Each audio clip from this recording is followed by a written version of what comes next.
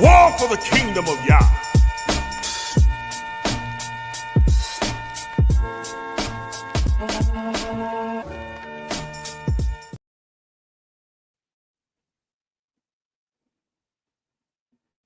All right, welcome, everyone. Welcome.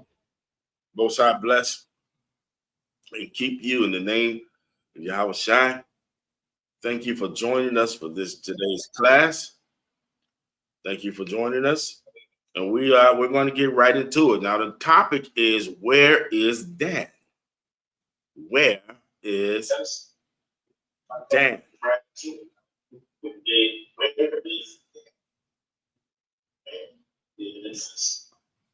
I'm being heard on something. Somebody's device is picking me up. You guys have to turn the TVs on. I want everyone to mute yourselves. Everyone online, make sure that you are muted. Thank you. All praises. All praises. All right.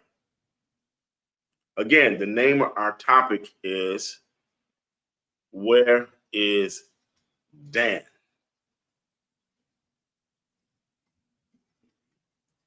Hold on a second, everyone. Excuse me.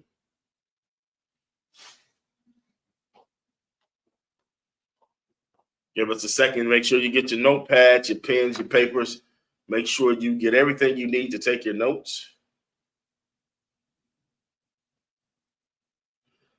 Because part of this lesson is very detailed, but very heavy, scripturally heavy. As I said, you got questions, the Bible has the answers, and this is where we go.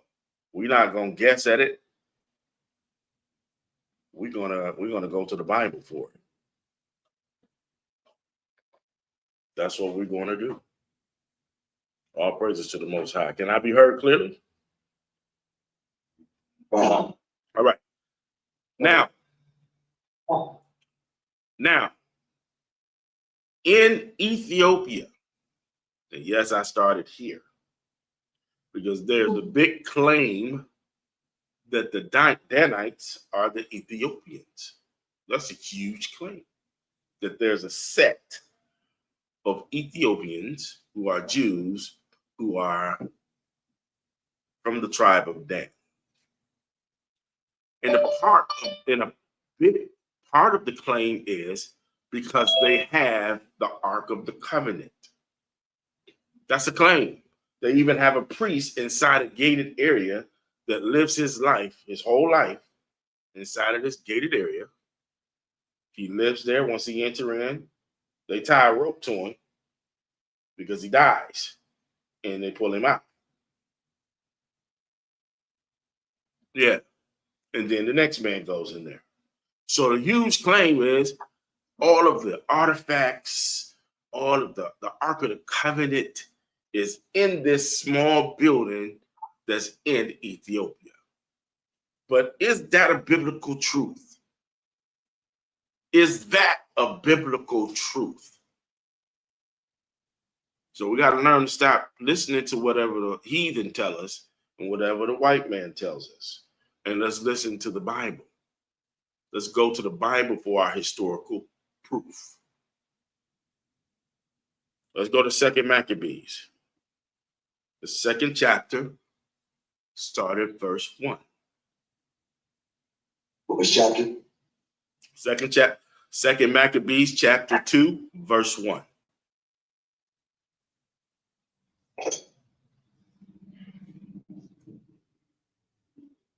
This is the book of 2 Maccabees, chapter 2, verse 1. Uh-huh.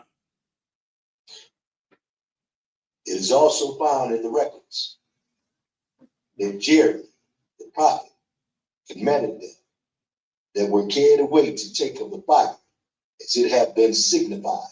So Jeremy here is Jeremiah the prophet. And what's going on here is this is the Babylonian captivity.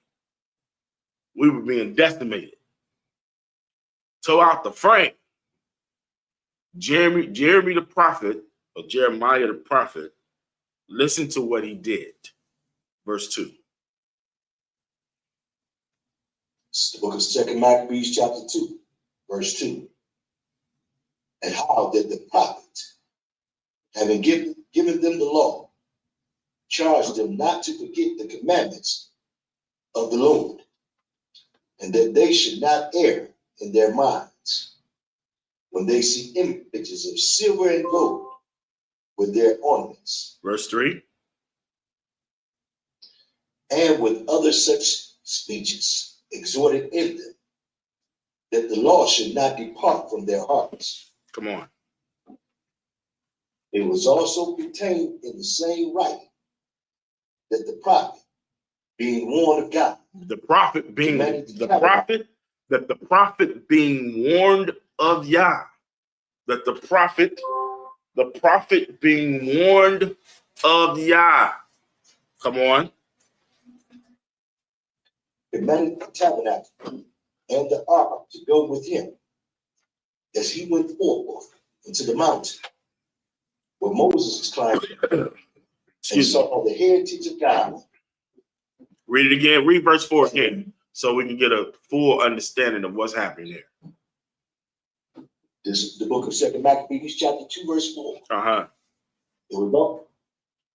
It was also contained in the same writing that the prophet, being warned of God, commanded the tabernacle and the arks to go with him as he went forth into the mountain where Moses climbed up. Come on. And saw the heritage of God. Come on.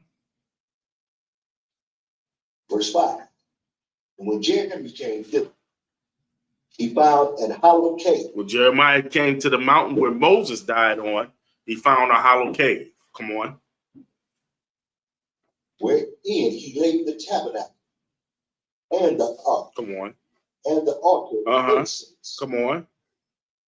And so stopped the door. So now we have a problem. Because somebody is lying. Those quote unquote Ethiopians are saying that they have the Ark of Covenant and those materials that come out of our temple with them. That's what the claim is. It's in here, and the temple priest is watching over it. That's what he said, right? If you look it up, I don't know if y'all watched the History Channel and all that kind of stuff. I watched stuff like that. It was all over the History Channel. The claim is the Ark of the Covenant is in there. But that's not what the Bible is saying. The Bible says Jeremiah took it to the cave and hid it. The same mountain that Moses died on. Read. Verse 6. And some of those that followed him came to mark the way, but they could not find it. Some of those snuck behind Jeremiah to see where he put the Ark of the Covenant at. To see so they could come back and get it. But they couldn't find it. Come on. Verse 7. Which, when Jeremy perceived, he blamed them. Saying, watch this. As for that place, as for the place where I hid the ark, come on. It should be unknown until the time that God gathers his people again together and receive them into mercy. It's going to be unknown till Yahweh shall return.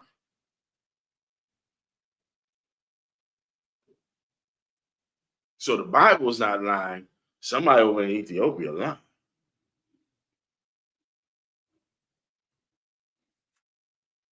Jeremiah the prophet said, this place won't be known. You won't even know what the Ark of the Covenant is. You won't even know what those materials at. And it's going to be totally unknown until the Most High gather his people and put it back into the newly rededicated, the third temple dedication rebuilt. Verse 8. Verse 8. Then shall the Lord show them these things. And the glory of the Lord shall appear. Read. And the cloud also. As it was shown unto Moses. Come on.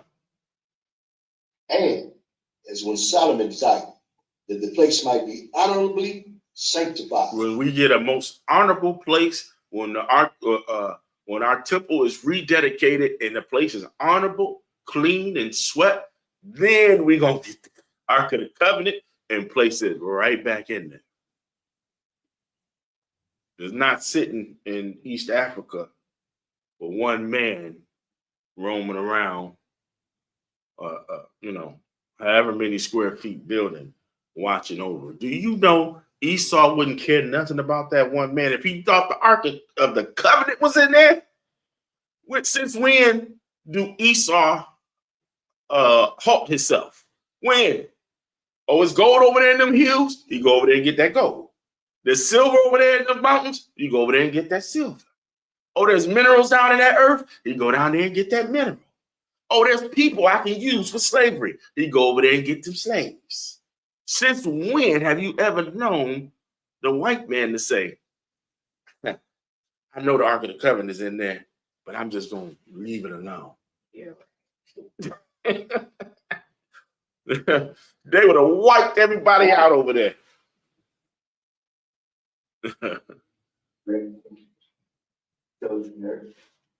All right.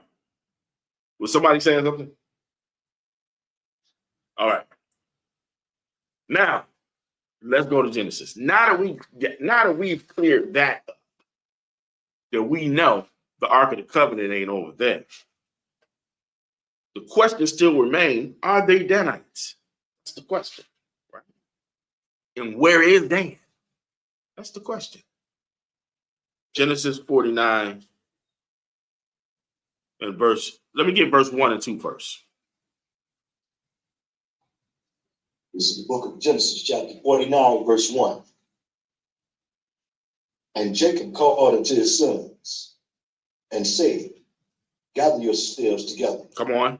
That I may tell you that which should befall you in the last days. You men, gather yourselves together, because I'm about to die, and I'm going to tell you what's going to happen in the last days. I'm going to tell you what's going to befall you in the last days. Verse 2. Verse 2. Gather yourselves together, and hear, ye sons of Jacob, and hearken unto Israel, your father. Hearken, listen to Israel, your father, because I'm about to tell you what each one of you are going to experience in these last days. Let's drop down to verse 17, because Dan is the brother that we're specifically talking about today. Verse 17. Verse 17 to 18. This is the book of Genesis, chapter 49, verse 17. Dan shall be a serpent by the way. Come on. And adder in the path. Dan, you a serpent by the way, and you are adder in the path. Read. That biteth the horse heels, so that his rider shall fall back. Verse 18. I have waited for thy salvation, O Yahweh. So Dan is going to cause trouble. Dan is a serpent in the way. Dan is an adder, and an adder has a poisonous poisonous, ruinous troublemaker. An adder, because an adder don't have a lot of poison to kill you, but it causes a lot of pain. That's what an adder does. It doesn't kill you. It doesn't have enough venom to kill you, but it has enough pain in the bite to cause you a lot of pain and a lot of trouble. Now, let's see why Jacob is calling his son a serpent, by the way. Let's see what it means to be this serpent. Let's go to Genesis, the 3rd chapter. Because we've seen this spirit before, brothers and sisters. We've seen this serpent spirit before. And this thing leaped on Dan. Genesis, the 3rd chapter, start at verse 1. This is the book of Genesis, chapter 3 and verse 1. Come on. Now the serpent was more subtle than any beast of the field, which Yahweh and maybe. Come on, meaning he's more cunning. He's more slick. He's more. He's cut from a different cloth than any other man that was in any other man that was in the field. So when it says the beast, it's talking about the children of men. It's talking about the children of men. Read on. He said unto the woman, yea, and God said, ye should not eat of every tree of the garden. Mm-hmm. Verse 2. And the woman said unto the serpent, we may eat of the fruit of the trees of the garden. Uh-huh. But of the fruit of the tree which is in the midst of the garden, God hath said, ye shall not eat of it, neither shall ye touch, lest ye die. Lest ye die. So our first mistake is engaging in a conversation with this serpent spirit. Because we just read in verse 1 where it says that the serpent is more subtle, more wise, more cunning than any other beast of the field, any other man in the field. He was slick now. He was slick now. Verse 4. Verse 4. And the serpent said unto the woman, Uh-huh. ye shall not surely die. Mm-hmm. For God doeth know that in the day you eat thereof, then your eyes shall be opened, Mm-hmm. and you shall be as gods. He's gassing her up now. Knowing good, knowing good and evil. Knowing good and evil. Let's get wisdom of Solomon. Wisdom of Solomon, chapter 14, verse 27. Because he's gassing Eve up. This is the same spirit that fell on Dan. But I'm trying to lay the groundwork so you can understand the mindset of the Danite people. And we're going to witness this in scripture. Wisdom of Solomon, chapter 14, start at verse 27. And we're going to read on down to 31. This is the book of Wisdom of Solomon, chapter 14, verse 27. Come on. For the worshiping of idols, not to be named as the beginning, Mm-hmm. the cause, and the end of all evil. The cause and the end of all evil is the worshiping of idols. And this is what that serpent spirit was doing to Eve in the garden. You're not going to surely die. Here, bite it. Taste it. It's yours. You won't surely die. You can play with that thing. You can mess around with it. You know. Come on. It's all right. Just try it a little bit. That's all right. It don't hurt to go to Kwanzaa. We can go to Kwanzaa. It don't hurt. We can go to Kwanzaa. It don't hurt. You can't mix that thing up because that spirit is waiting to jump on you. Verse 28. Verse 28. For either they are mad when they be married, or prophesy lies, Mm-hmm.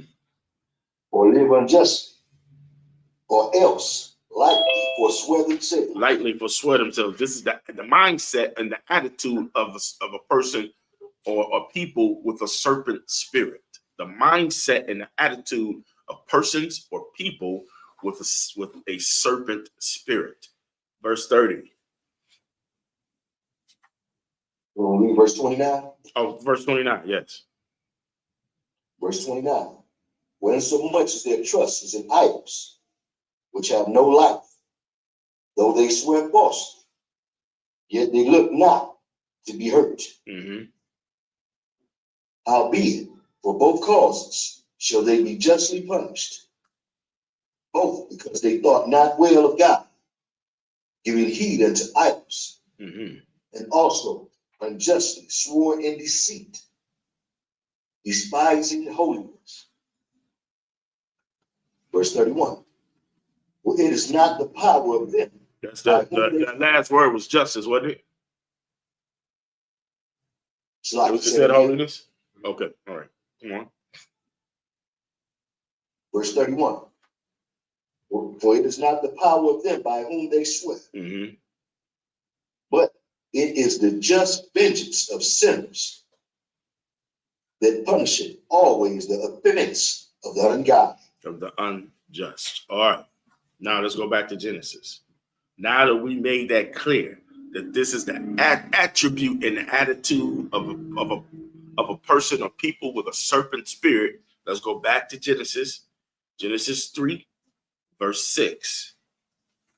Let's see what happened after she accepted, after Eve accepted what the serpent was giving her. Let's see, verse 6. This is the book of Genesis, chapter 3 and verse 6. And when the woman saw that the tree was good for food, and that it was pleasant to the eyes. So when the woman saw that the tree was good for food, meaning lust has just been conceived, and that it was pleasant to the eyes. Hold that. Let's get James 1 and 15. We'll come back to Genesis. Let's get James 1 and 15 right quick. When she saw that what he was selling is what she desired. James 1 and 15. This is the book of James, chapter 1 and verse 15. Then when lust had conceived, it bringeth forth sin. When it's conceived, meaning it has entered your conscience and you have now accepted it. Just like Eve did in the beginning, just like we will find out as we read on that Dan did later on. He received something and he rejected the Most High. But I don't want to get too far. Once lust has conceived, it brings forth sin. Come on. And sin. Right, come on. When it is finished, bring it forth death. And when that sin is finished with you, you're done. You're done. It's done with you. No need to mess with you no more. Get it accomplished. Just go. It puts you to death. Go to 1 John 2 and 16. 1 John 2 and 16. This is the book of 1 John chapter 2 and verse 16. For all that is in the world, the lust of the flesh. You're conceived. I see it. The lust of the flesh. I see it. I desire. Come on. And the lust of the eye. I see it. I see it. I desire it. I see it. Come on. And the pride of life. The pride of life. Come on. These three. What do? Come on. Is not of the Father. It's not of the Father. Come on. But is of the world. These three things is what sin is all about. The desire to fulfill the lust of the flesh, the desire to fulfill the lust of my eye, the desire to fulfill the pride of life.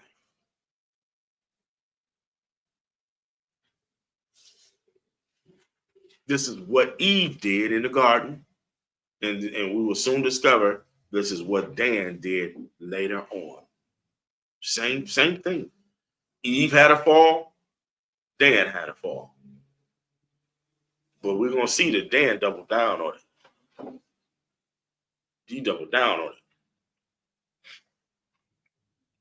All right, let's go back to Genesis. Genesis 3 and 6.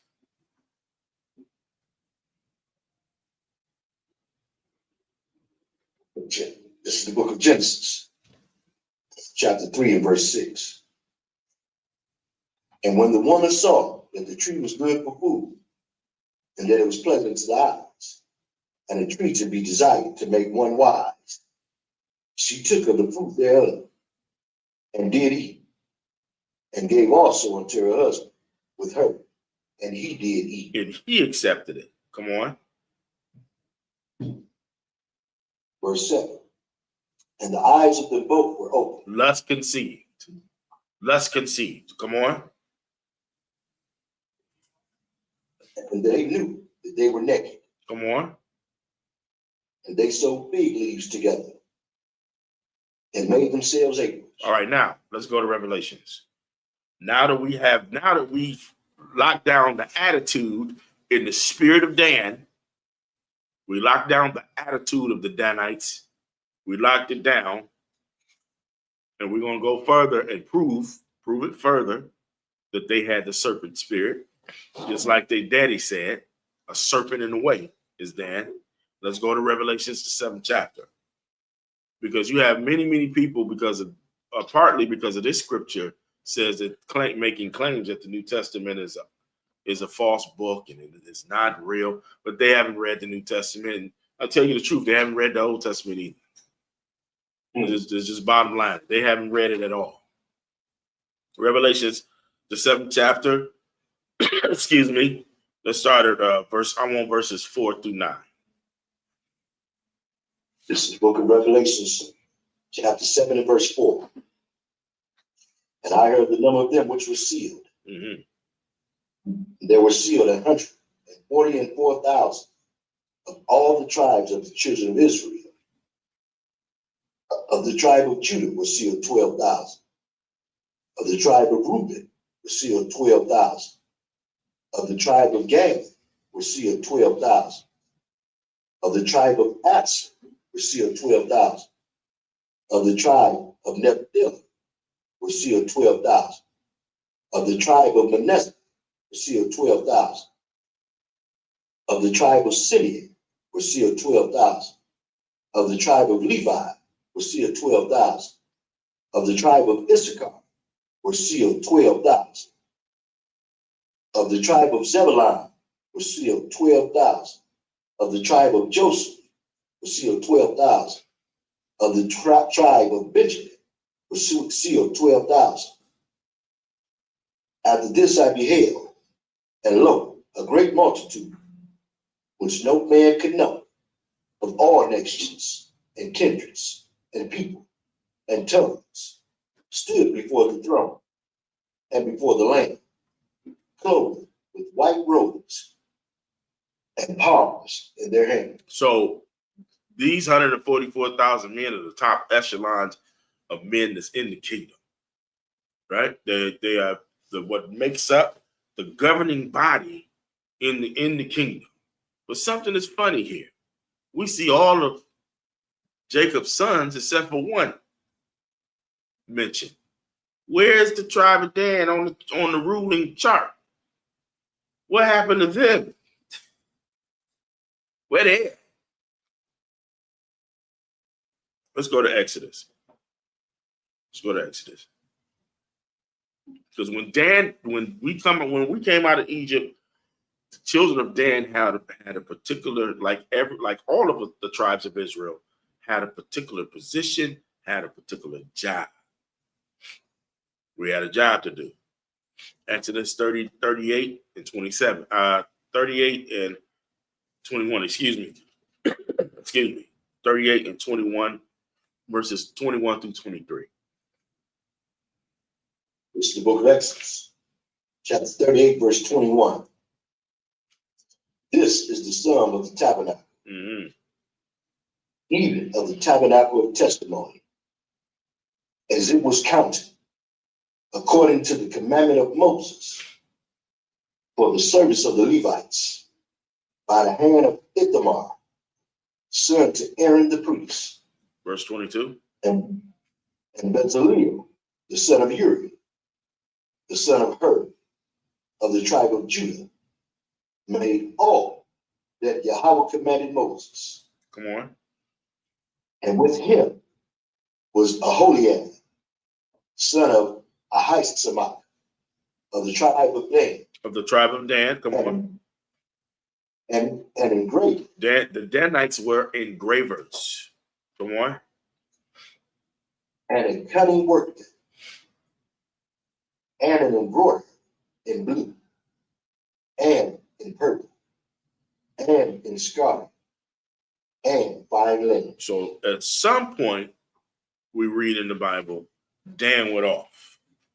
He had his job, but at some point, our dear brother Dan, he went off. Let's get Joshua 19 and 47.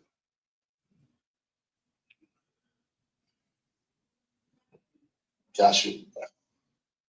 This is the book of Joshua, chapter 19, verse 47. And the coast of the children of Dan went out too little for them. Read that part again. Read it again. This is the book of Joshua, chapter 19 and verse 47.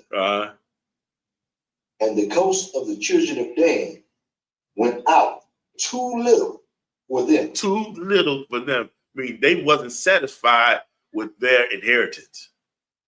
They had received the land, but they said, we want more. It was too little to the pride of life. Too little for them.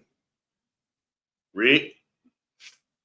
Therefore, the children of Dan went up to fight against Lashem and took it and smote it with the edge of the sword and possessed it and dwelt therein and called Lashem Dan after the name of Dan, their father. Now, question, did the father give them this land?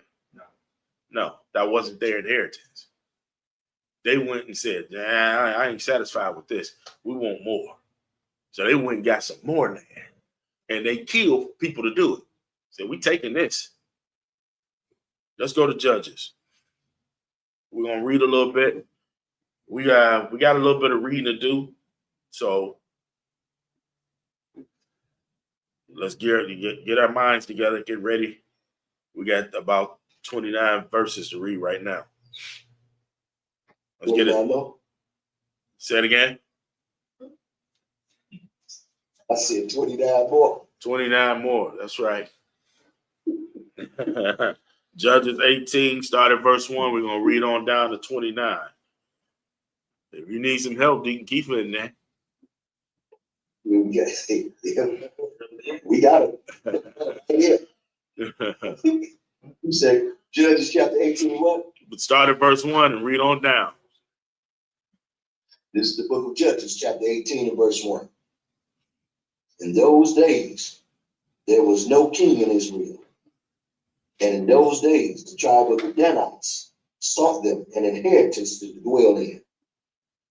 For unto that day, all the inheritance had not fallen unto them among the tribes of Israel. So the Most High wasn't finished with giving them their inheritance. They just was like, no, this ain't enough. We got to do something about this. Come on. Verse 2. And the children of Dan sent of their family 5 men from their coasts, men of valor, from Zorah and from Eshtaol, to spy out the land and to search it. And they said unto them, go, search the land. Who, when they came to Mount Ephraim, to the house of Micah, they lodged there. Come on. Verse 3. When they were by the house of Micah, they knew the voice of the young man, the Levite.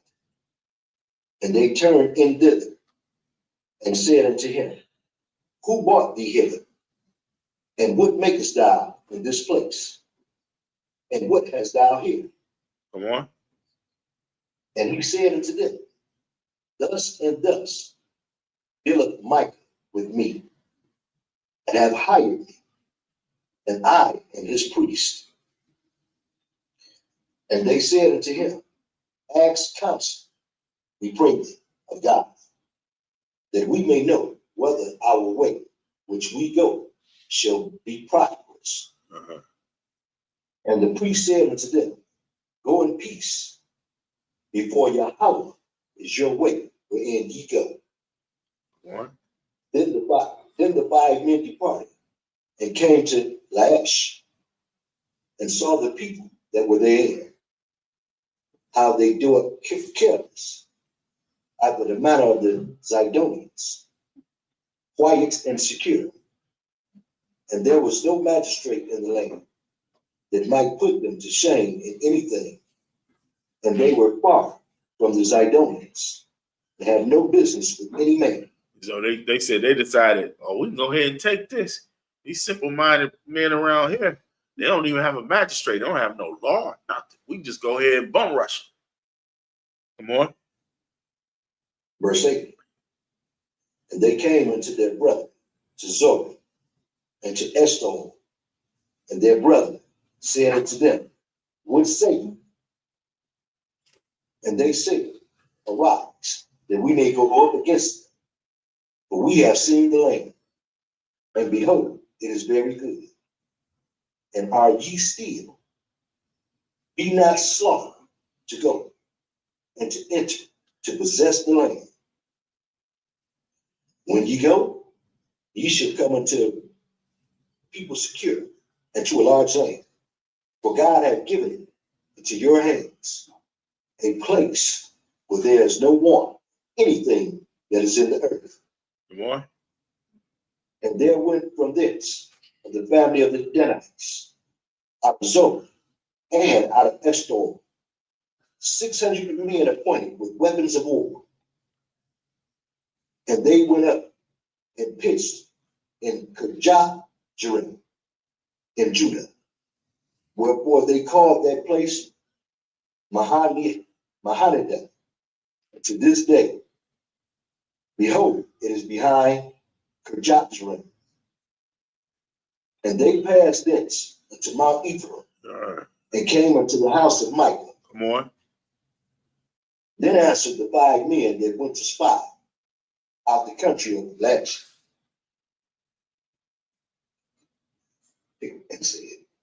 and said unto their brother, do ye know that there's in these houses an ephod and teraphim and a graven image and a molten image? Now therefore consider what ye have to do. So in the Bible, ephod is something that is a priestly garment, and it depends on what you're doing, what kind of work you're doing. So the priests, the Levitical priests, they wore ephods, but also you had priests that were of other gods. They wore ephods too. They wore ephods, a priestly garment, something they hung on them, right? Excuse me. Now, a teraphim and a graven image and a molten image, right? We have to take a look and break this down a little bit so everybody knows what's going on. Like I said, an ephod is a garment that's worn by the high priest. Teraphim is a small, often family-based idol that the people kept in their homes, like little trinkets, something like just a little trinket that they kept, and they kept it in their homes, and they prayed to these various idols, right? A graven image is a carved image out of wood or out of stone, and a molten image is something that's made out of silver, gold, or some type of bronze, metal of some sort. All right, let's go back to Judges, just so we'll make sure that we know what they're talking about when they approach this man. Let's go back to verse 14. This is the book of Judges, chapter 18 and verse 14. Then answered the 5 men that went to spy out the country of Laish, and said unto their brother, do ye know that there is in these houses an ephod and a teraphim and a graven image and a molten image? Come on. Now therefore consider what ye have to do. Verse 15. Verse 15. And they turned thitherward again. They came to the house of the young man, the Levite, even into the house of Micah, and saluted him. So they came back to the house where now was the Levite and Micah doing that was the righteous thing of the Most High?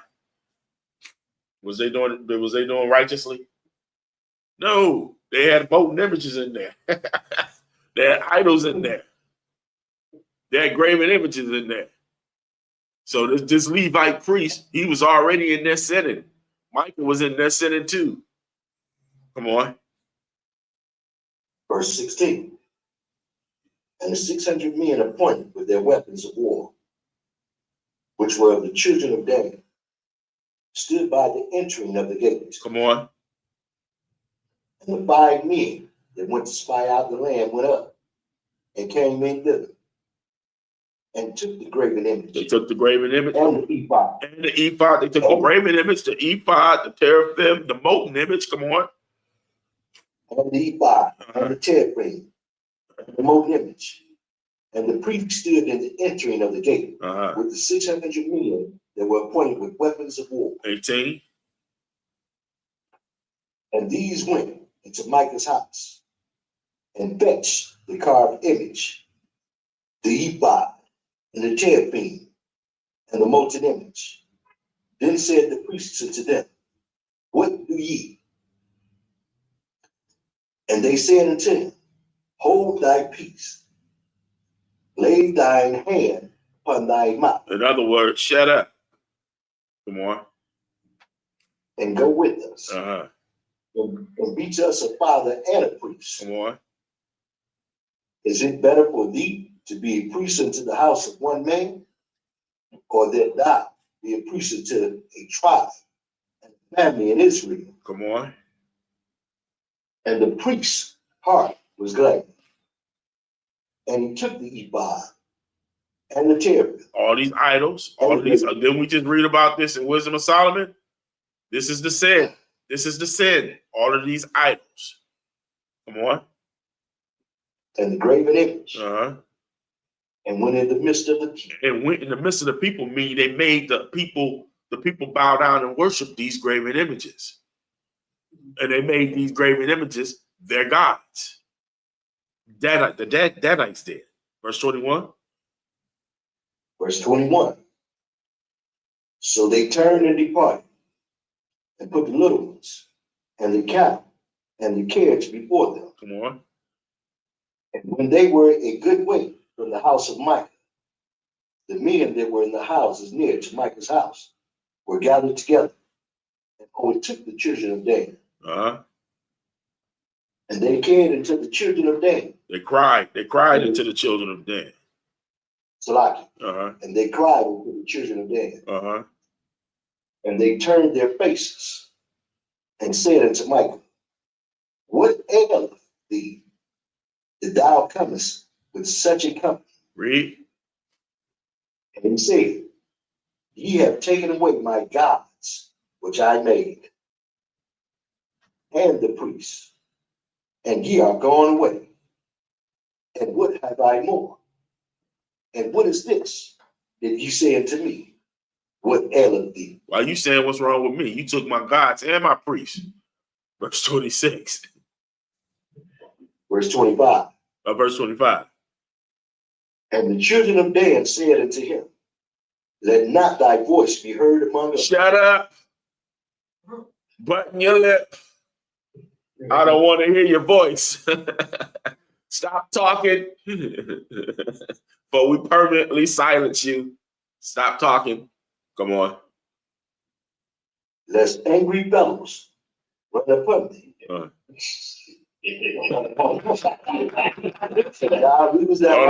on, read verse 25. Verse 25, because y'all know these is brothers.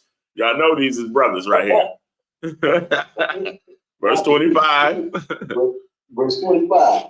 And the children of Dan said unto him, let not thy voice be heard among us. Come on. Lest angry fellows run upon thee. Uh-huh. And lest thou lose thy life. You're going to die if you don't shut up talking. Come on. With the lives of thy household. And we're going to kill you and everybody in your family that's with you. Shut up. Button your lip.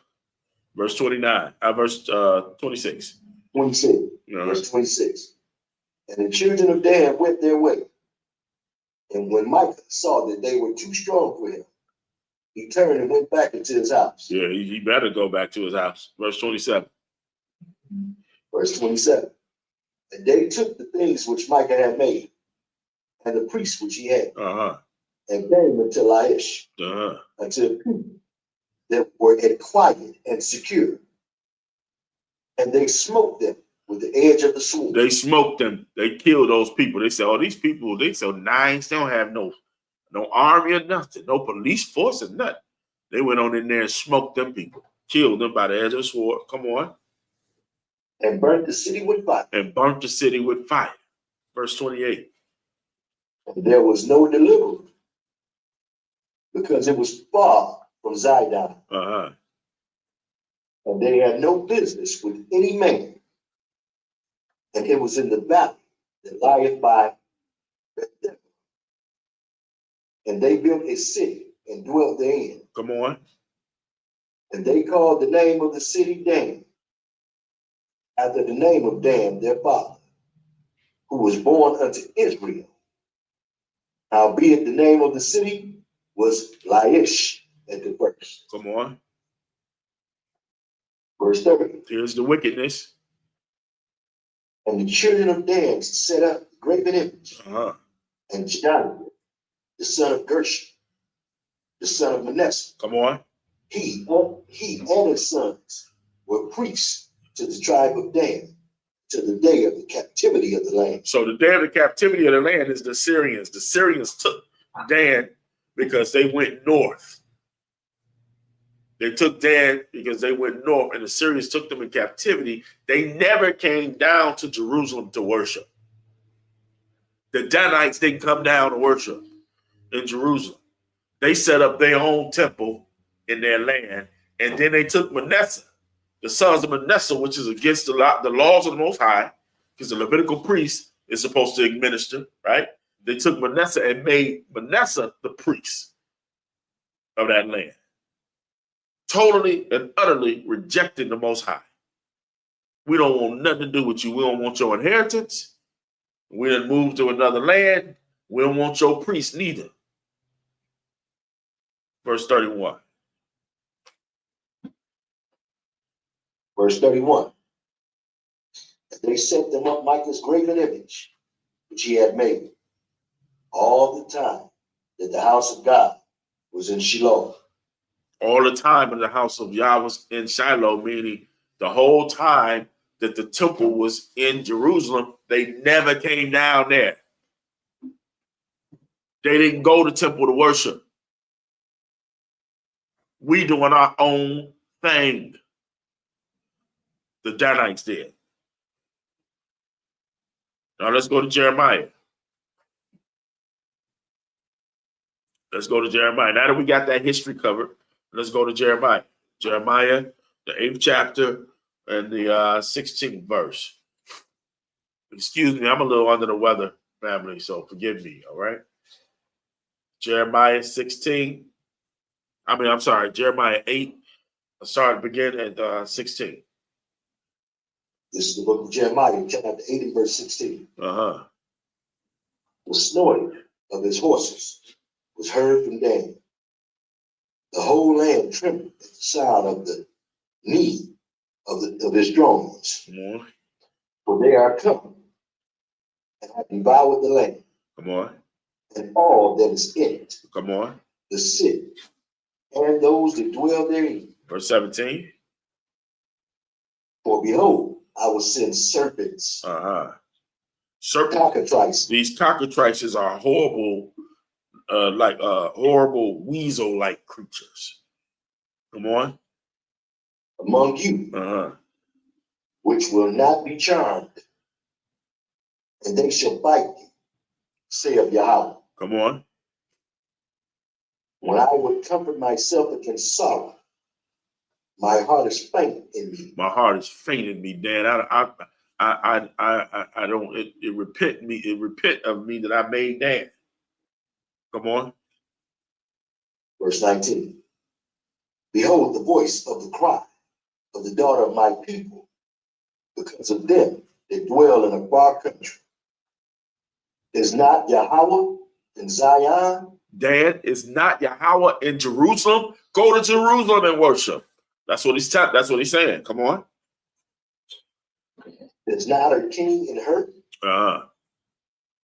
Why have they provoked me to anger with their graven images? Why, Dan, have you provoked me to anger with your graven images and your worship of idol gods? Come on. And with strange vanities. And with your strange vanities. The spirit of Satan was on. The spiritual demon Satan, that spirit was on Dan. Jeremiah 2 and 4. Jeremiah 2 and 4. Give me verses 4 through 7. This is the book of Jeremiah, chapter 2, verse 4 through 7. Hear the word of Yahweh, O house of Jacob, and all the families of the house of Israel. Thus saith Yahweh, what iniquity have your fathers found in me? that they are gone far from it, and have walked after vanity, and are become vain. Come on. Neither said they, where is Yahweh that brought us up out of the land of Egypt? Uh-huh. That led us through the wilderness, Come on. through a land of deserts and of pits, through a land of drought and of the shadow of death, through a land that no man passed through, and where no man dwelt. Read. And I brought you into a plentiful country Uh-huh. to eat the fruit thereof Uh-huh. and the goodness thereof. Uh-huh. But when ye entered, ye defiled my land, You defiled my land, Dan. Come on. and made my heritage It made my an heritage abomination. an abomination. Dan made themselves an enemy of Yah. Dan made themselves an enemy of Israel. Ezekiel 27:19. This is the book of Ezekiel, chapter 27, and verse 19. Watch what they did. So they moved north where they wasn't supposed to be. Let's see what else they did. 27:19. This is the book of Ezekiel, chapter 27, and verse 19. Dan also and Jabba, going to and fro, occupied in thy affairs. So Dan got with Jabin. Dan got with Jabin. And we're not talking about Japheth either. Dan got with the Greeks. And we ain't talking about the children of Japheth. We talking about Esau. Dan got with the so-called white men. Going to and fro, occupied in their affairs. Read on. Bright Island, Cassia, and Calamus were in thy market. So Dan became the merchants. They became the merchants with Esau. Drop down to verse 31. 31 through 33. Verse 31. And they shall make themselves utterly bald for thee, and gird them with sackcloth. Uh-huh. And they shall weep for thee with bitterness of heart and bitter welling. And in their welling they shall take up a lamentation for thee, and lament over thee, saying, what city is like Tyrus, Uh-huh. like the destroyed in the midst of the sea, Come on, verse 33. when thy wares went forth out of the seas. Dad, when your wares went forth in the sea. You're still talking about Dan because we just read about him in verse 19. Still talking about Dan in verse, where we at, 33. Thy wares went forth out of the seas, meaning Dan was a huge merchant, sellers of merchandise. They were basically maritime people who were all over the region. Read on. Thou fillest many people. Thou didst enrich the kings of the earth with the multitude of thy riches and of thy merchandise. With a multitude of thy riches and with thy merchandise. Let's get Judges 5 and 17. Judges 5 and 17. This is the book of Judges, chapter 5, verse 17. Uh-huh. Gilead abode beyond Jordan. Uh-huh. And why did Dan remain in his ships? Because he was a maritime, these are maritime people. These are maritime people. They began to be all over the region in dealing with a lots of different nations. Read on. Asher continued on the seashore and abode in his breaches. All right. Let's get that map. Let's get that map.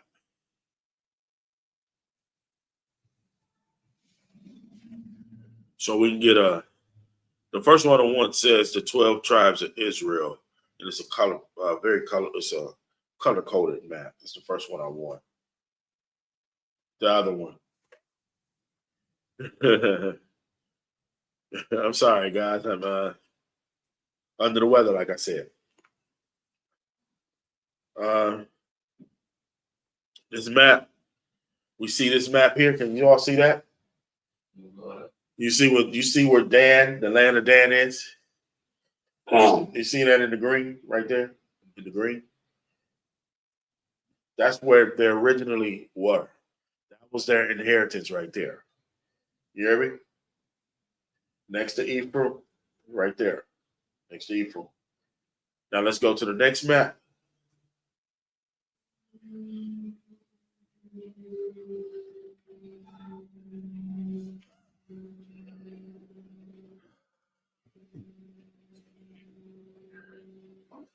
Let's go to the next map. Did it didn't come up? Oh, there we go. Now you see Dan right there where it was. If you go up top of Manasseh, you see a little piece of land right there, Dan. It's kind of tiny, but I hope you all can see it. They ended up there in the north. They started off in the south. They wanted nothing to do with Jerusalem. They went to the north. They forwent their inheritance. They forgone their inheritance. They basically told the Most High, I don't want your inheritance. They went up there and took that land up there.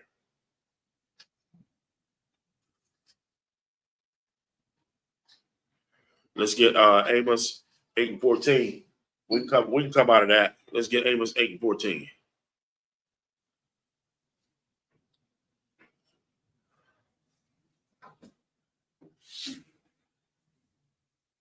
This is the book of Amos, chapter 8, verse 14.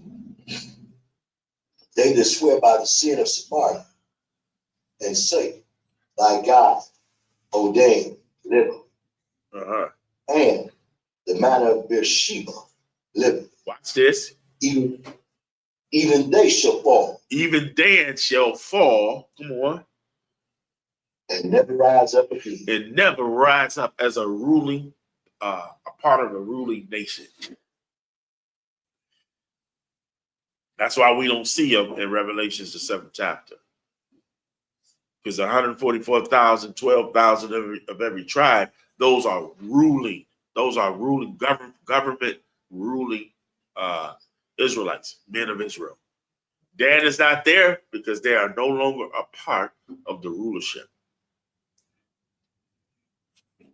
They shall fall and never rise again. Deuteronomy 33 and 22. This is the book of Deuteronomy, chapter 33, verse 22. Come on. And of Dan he said, Dan is a lion's whelp.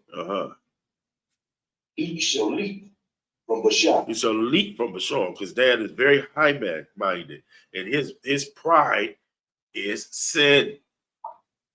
Dan's pride is the pride of life. This is his problem.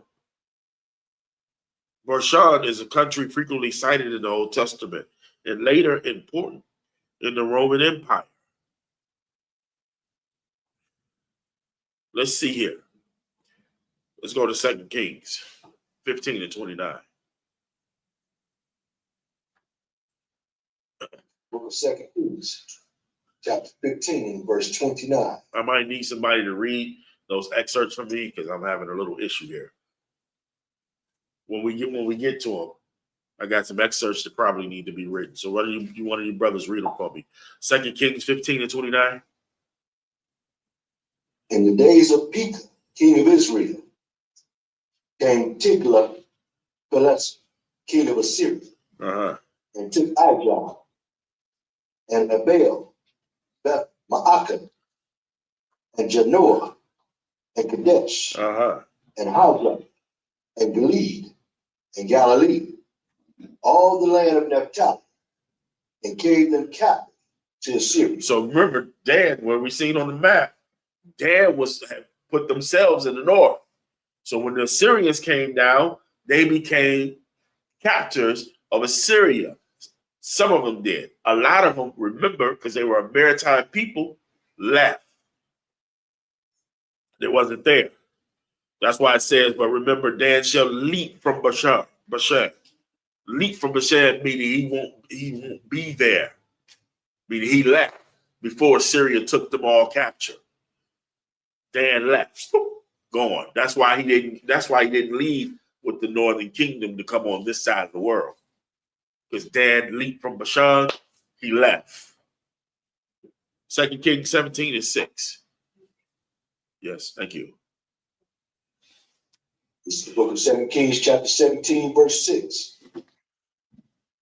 In the 9th year of Hoshea, the king of Assyria took Samaria and carried Israel away into Assyria and placed them in Halah and in Habor by the river of Gozan and the cities of the Medes. So when Assyria came down and took the northern kingdom under captivity, they began to set them in various parts of the land that they controlled. A lot of the Danites were not there. They had already leaped from Bashan. They were gone. Let's pull up the next slide. I want examples of the tribe of Dan being in Europe. That's the one I'm looking for. And if you brothers can see it on the screen, I would like somebody to read it for me if they could.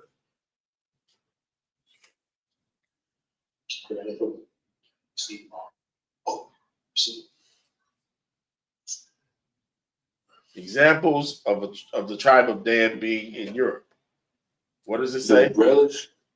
The Relish Chronicles, for example, made no such clear decision.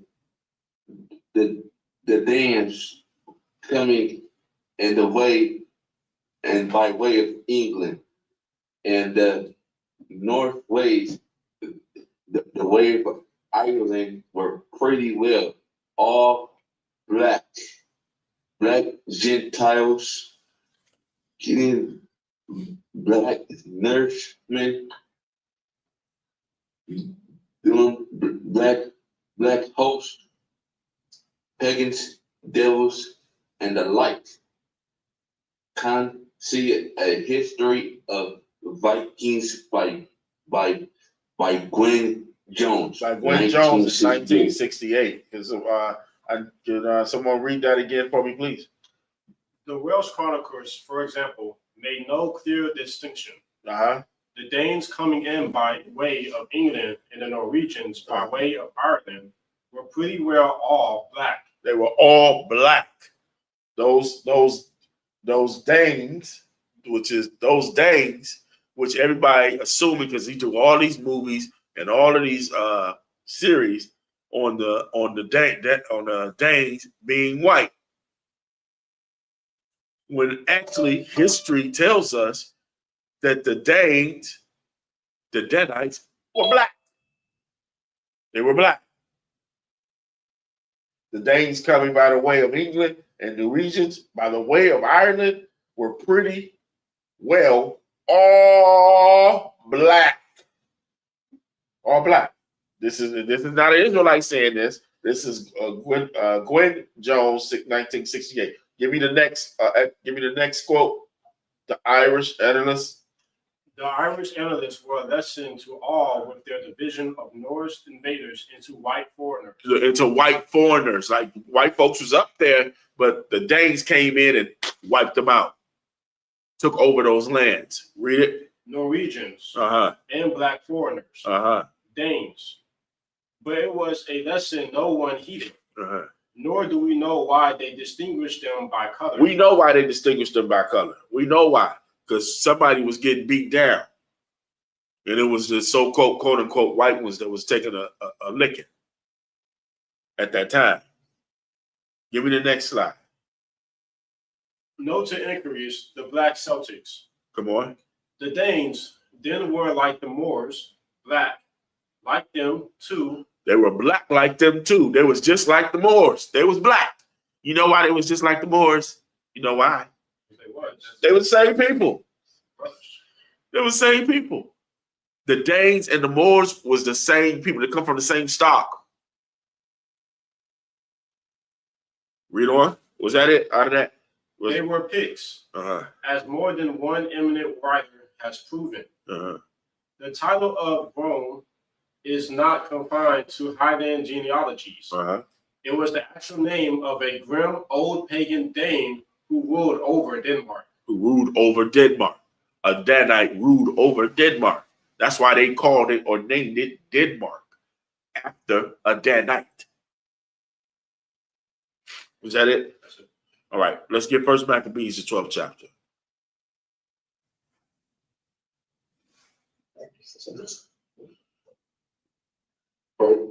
Verse? First Maccabees, the 12th chapter. Give me verse 1. Start at verse 1. This is the book of First Maccabees, chapter 12, verse 1. Now, when Jonathan saw that the time served him, he chose certain men and sent them to Rome, for to confirm and renew the friendship that they had with him. Come on. He sent letters also to the Lacedaemonians. To the Lacedaemonians. Come on. And to other places for the same purpose. And to where? Other places. Other places. So not only did he send it to the Lacedaemonians, but he also sent it to other places because these brothers were spread out in a vast region of lands. Vast region of lands. But our brothers knew exactly who they were and where they were. Read on. Verse 3.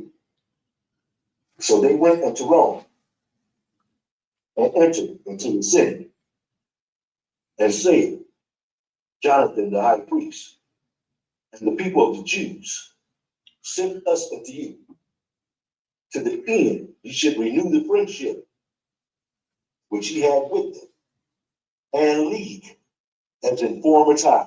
Come on. Verse 4. Upon this, the Romans gave them letters unto the governors of every place, that they should bring them into the land of Judea peaceably. Read. And this is the copy of the letters which Jonathan wrote to the Lacedaemonians. Come on. Verse 6. Jonathan, the high priest, and the elders of the nation, and the priests, and the other of the Jews, unto the Lacedaemonians, their brethren, send greeting. Their brothers, they already knew that the Lacedaemonians were their brothers. They already knew that. Jump down to verse 21. Verse 21. It is found in writing that the Lacedaemonians and Jews are brethren, and that they are of the stock of Abraham. Come on. Now, therefore, since this has come to our knowledge, ye should do well to write unto us of your prosperity. So the historians have always noted that the Lacedaemonians were the Spartans. These were the Spartans. These were the so-called Spartans, so-called Danes. They lived up in that area because they leaped from Bashur. They left. They left when Assyria came down and decimated the northern kingdom. All right. Do we have another slide? Okay. All right. All right. So we're gonna leave it there. We're gonna leave it there, and I hope this opens up your eyes to perhaps what happened to the tribe of Dan. They were scattered about because they forsook their inheritance. They forsook their inheritance. So guess what? Dan don't get to rule in the coming kingdom. That's why you don't see Dan's name there in Revelation 7:4-9. Everybody understand that? All right. All right. We're going to leave it right there. All praises to the Most High. Shalom. War for the kingdom of Yah.